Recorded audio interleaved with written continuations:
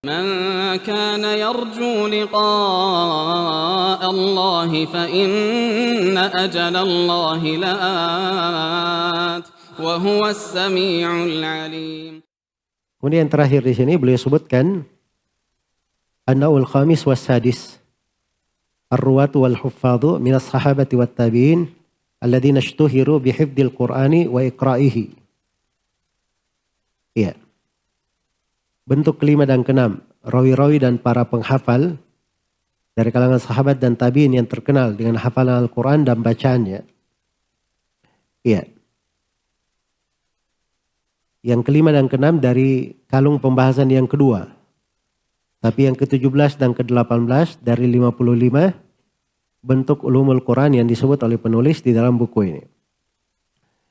Baik, saya poinkan ada 3 pembahasan. Yang pertama al-muradu biruwati wa huffadhil Quran. Yang dimaksud dengan rawi dan hafidh Al-Quran. Ya, rawi sudah berlalu ya. Apa yang disebut dengan rawi itu? Rawi itu adalah orang yang menukil berita. Orang yang menukil berita dia sampaikan kepada orang lain. Itu disebut rawi. Kalau hafidh itu artinya ad-dhabit. Orang yang hafal dia dhabit terhadap apa yang dia nukilkan. Terhadap apa yang dia nukilkan. Jadi hifdz itu kadar tambahan daripada riwayat. Sebab riwayat bisa disampaikan misalnya melalui buku. Ini saya sampaikan ya melalui buku. Saya dapat dari guru saya tulis. Setelah saya tulis saya ke guru, tadi saya tulis dari engkau begini dan begini. Atau kalau misalnya dari guru saya, dari teman saya lihat semua tulisannya, saya baca. Kalau saya cocokkan sudah pasti nih tulisan saya benar. Itu dhabat namanya bukunya. Begitu saya sampaikan lewat buku. Itu syah juga riwayat. Tapi kalau hafidh dia punya dhabat, dia punya hafalan. Dia hafalan, dia mutkin terhadap apa yang dia sampaikan. Itu kadar tambahan. Kadar tambahan di atas sekedar riwayat. Kadar tambahan. Baik. Jadi di sini mau disebutkan para rawi dan para huffadh dari kalangan sahabat dan tabi'in yang terkenal dengan hafalan Quran dan Iqra. Jadi maksudnya semua nama sahabat dan nama tabi'in yang disebut oleh penulis di sini itu riwayat-riwayat Al-Quran kembali kepada mereka atau melalui jalur mereka. Kembali kepada mereka dan melalui jalur mereka. Baik. Jadi itu maksud dari penulis di sini. Adapun sahabat itu definisinya man laqiyan Nabiy sallallahu alaihi wasallam mu'minan bihi wa mata alal Islam. Siapa yang berjumpa dengan Nabi sallallahu alaihi wasallam, beriman dengannya dan meninggal dalam keadaan Islam.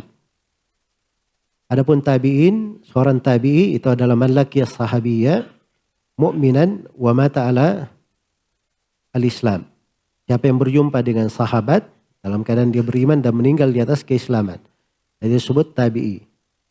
Disebut tabi'i. Baik. Dan di sini di kadar riwayat itu jelas ya dari sudut riwayat. Yang penting itqan dia dalam riwayatnya. Kalau hifdz itu dhabt. Ya. Bagaimana kadar hafalan yang diterima itu berbeda-beda dari masa ke masa. Berbeda-beda dari masa ke masa. Baik. Mungkin kalau di masa Imamul Bukhari orang yang hafal hafidh itu mungkin dia hafal 200.000 hadits, 300.000 hadits itu disebut hafidh. Tapi di masa setelahnya mungkin tidak sampai seperti itu. Sampai seperti itu. Mungkin dia hafal banyak dari buku-buku terkenal. Nah, itu disebut hafidh. Jelas ya? Baik, jadi kata hafidh itu berbeda-beda dari masa ke masa. Tapi kadar yang dimaksud dia punya kekuatan hafalan. Kemudian yang kedua di sini addu ba'dir ruwati wal huffaz min as-sahabati wat tabi'in al-mushtahirin fi hifdzil Qur'ani wa iqra'i. Beberapa rawi dan hafidz dari kalangan sahabat dan tabi'in yang terkenal dengan hafalan Al-Quran dan bacaannya. Maksudnya menghafal Quran dan dia membacakan iqra'. Dia sambungkan bacaan itu kepada orang lain. Kata beliau rahimahullah, Aliyu Uthmanu Ubayyun Zaidu wal ibni Mas'udin bihada Sa'du. Iya. Yang pertama dari sahabat adalah Ali bin Abi Thalib radhiyallahu taala anhu, kemudian Utsman yaitu Utsman bin Affan, kemudian Ubay yaitu Ubay bin siapa? Bin Ka'ab radhiyallahu taala anhu, kemudian Zaid yaitu Zaid bin Thabit, Wali bin Mas'udin bihada Sa'du. Dan untuk Ibnu Mas'ud dalam hal ini adalah suatu kebahagiaan. Sa'du itu kebahagiaannya dari kata su'ud, ingin diterangkan di sini ke Ibnu Mas'ud itu punya hal yang khusus di sini di dalam hal ini. Iya. Kenapa? Sebab Ibnu Mas'ud radhiyallahu taala anhu itu mengambil langsung dari Nabi sallallahu alaihi wasallam. Beliau mengambil langsung dari Nabi sallallahu alaihi wasallam 70 surah dari Al-Qur'an. Iya. Jadi katakan akhadtu sab'ina suratan min fin Nabi sallallahu alaihi wasallam. Dia mengambil 70 surah langsung dari mulut Nabi sallallahu alaihi wasallam. Maka asalnya qiraat itu talaki langsung dari guru. Bagaimana kita baca dari guru, kita lihat mulutnya dia membaca, dia memperbaiki kita, guru kita juga begitu dari gurunya sampai kepada Nabi. Ilmu tajwid itu pendekatan. Pendekatan. Tapi hakikat membaca Al-Quran itu talaki dari guru. Talaki dari guru. Jelas ya? Karena itu kalau sudah pernah belajar tajwid, belum tentu bisa baca Al-Quran. Belum tentu bisa baca Al-Quran. Sebab tajwid itu teori. Membacanya itu praktek. Bacanya itu praktek. Dan di prakteknya itu talaki dari guru. Itu baru benar. Cara membaca. Paling tidak ambil mushaf itu, duduk kepada guru yang bersambung bacanya kepada Nabi, baca 30 juz dengan melihat atau dari hafalan. Dengan melihat maupun dari apa? Hafalan. Tidak ada masalah. Iya. Baik. Jadi Ibnu Mas'ud mengambil 70 surah dari Nabi sallallahu alaihi wasallam. Iya. Dan syah dari Nabi sallallahu alaihi wasallam bahwa beliau bersabda, "Khudul Qur'ana min arba'ah." Ambil Al-Quran dari 4 orang. Min Abdullah bin Mas'ud, wa Salim, wa Mu'ad, wa Ubay bin Ka'ab. Yang 4 orang sahabat ya. Anas bin Malik radhiyallahu taala anhu berkata, "Mata Nabi sallallahu alaihi wasallam wa lam yajma'il Qur'an ghairu arba'." Nabi sallallahu alaihi wasallam meninggal dan tidak ada dari sahabat yang mengumpulkan seluruh Al-Quran itu kecuali 4. Abu Darda, Mu'ad bin Jabal, Zaid bin Thabit, dan Abu Zaid. Kan datangnya namanya Abu Zaid Al-Ansari. Baik. Kita lanjutkan ya penyebutan nama. Berikutnya kata beliau, kada Abu Zaidin Abu Darda kada Mu'aduni bin Jabalin wa akhada. Ya berikutnya yang keberapa sekarang? Yang ke-6 Abu Zaid Al-Ansari ya. Yang ke-7 Abu Darda Al-Ansari juga. Yang ke-8 Mu'ad bin Jabal radhiyallahu taala anhu. Wa akhada anhum Abu Hurairah ma'abni Abbas bin Sa'ibi wal ma'ni bidaini Abdullahi thumma man syuhir. Ya. Berikutnya dari Qurra adalah Abu Hurairah. Nama beliau Abdurrahman bin Sakhar Ad-Dawsi.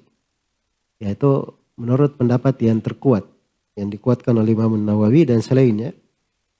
Walaupun disebutkan ada sekitar 30 pendapat seputar nama Abu Hurairah radhiyallahu taala anhu. Yang ke-10 Ibnu Abbas, Abdullah bin Abbas. Dan yang ke-11 adalah Abdullah bin Sa'ib Al-Qurashi. Ini semuanya sahabat ya. Ya, semuanya sahabat. Setelah itu dari kalangan tabi'in. Wa man syuhir min tabi'i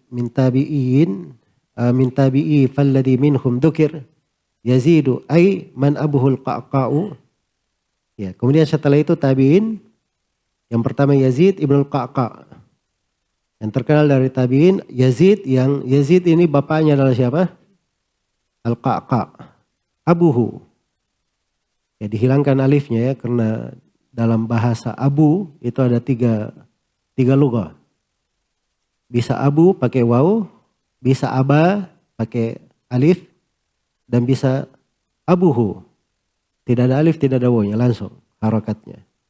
Itu semuanya ada dalam bahasa Arab. Yang populernya kan ja'a abuhu, ra'aitu abahu, marartu bi abihi, itu yang populer. Bisa juga ja'a abahu, ra'aitu abahu, marartu bi abahu. Itu bahasa Arab juga. Seperti ucapan penyair, inna abahu wa aba abahu qad balagha minal majdi ghayatahu. Nah, itu ada di dalam bahasa Arab. Dan bisa juga dia katakan ja'a abuhu, ra'aitu abahu, marartu bi abihi. Itu bisa. Seperti ucapan penyair, bi abihi tada adiyun fil karam wa man yushabi abahu fama zalam. Itu ada di dalam bahasa Arab. Ini yang dipakai oleh penulis abuhu, tidak memakai harokat. Salah satu bahasa di kata ab. Berikutnya al-A'raj. Kata beliau wala araju ibnu Hurmuzin qad sya'u. Al-A'raj namanya siapa? Abdurrahman bin Hurmuz. Ini yang ketiga ya, dari yang kedua dari tabi'in. Berikutnya Mujahidun Atha Sa'idun Ikrimah. Yang empat yang lainnya. Yang ketiga Mujahid bin Jabir al-Makki. Yang keempat Atha ibn Abi Rabah. Atha bin Abi Rabah. Kalau Suyuti dalam Itmamud Dirayah beliau sebut dua ya. Atha bin Yasar dan Atha ibn Abi Rabah. Iya. Atha bin Abi Rabah. Tapi kebanyakannya menyebut Atha bin Abi Rabah ya. Baik. Kemudian Sa'idun. Ya Sa'id kalau di pembahasan tafsir, di pembahasan qiraah. Itu pasti Sa'id bin Jubair. Tapi kalau di pembahasan hadits, di pembahasan fikih, itu Sa'id bin Musayyab. Sa'id bin Musayyab. Kita di ulumul Quran ya. Maka di sini dia adalah Sa'id bin Jubair. Rahimahullah. Ikrimah. Ikrimah maula Ibnu Abbas. Ini yang keenam. Kemudian berikutnya wal aswadul hasanu zirrun alqamah. Ini empat yang lainnya. Al-Aswad yang ketujuh, Al-Aswad Ibnu Yazid An-Nakhai Al-Kufi. Yang kedelapan Al-Hasan, yaitu Al-Hasan bin Abil Hasan Yasar Al-Basri. Kemudian yang kesembilan Zir, yaitu Zir bin Hubeish Al-Kufi. Ini orang Kufa ya. Kemudian yang ke-10 Al-Qamah, Al-Qamah bin Qais An-Nakhai Al-Kufi, ini juga dari Kufa. Berikutnya kadzaka Masrukun kadza Abida. Ya ini dua yang terakhir. Yang ke-11 Masruk, yaitu Masruk ibn al-Ajda Abu Aisyah al-Wadi'i al-Kufi. Beliau asalnya dari Yaman. Al-Wadi'i itu dari Yaman ya, kabilahnya Syekh Mukbil. Satu kabilah. Cuman beliau sudah tinggal di Kufa, Masruk ini. Abida, ini Abida Salmani. Ya, rahimahumullahu taala. 12 dari tabi'in. Jadi beliau sebutkan di sini dari sahabat dan tabi'in semuanya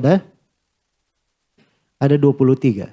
11 orang dari sahabat dan 12 orang dari tabi'in. Kalau diikuti urutannya Suyuti atau ada 2 berarti 24 orang semuanya. Ya 11 orang dari sahabat, 13 orang dari tabi'in. Baik. Kemudian yang terakhir tahqiq ruju' al-qiraat as-saba' al-majzum bitawatiriha ila haula. Penegasan bahwa al-qurra as-saba' yang dipastikan mutawatirnya adalah kembali kepada mereka semua. Ya semua qurra as-saba' riwayat-riwayatnya untuk baca riwayat itu periwayatan tidak ada yang keluar dari nama-nama yang disebut ini, semuanya ada di situ. Jadi ini memang penyebutannya tentang rawi-rawi, para huffaz yang qiraat itu tersambung kepada mereka. Ya rahimahumullahu jami'an.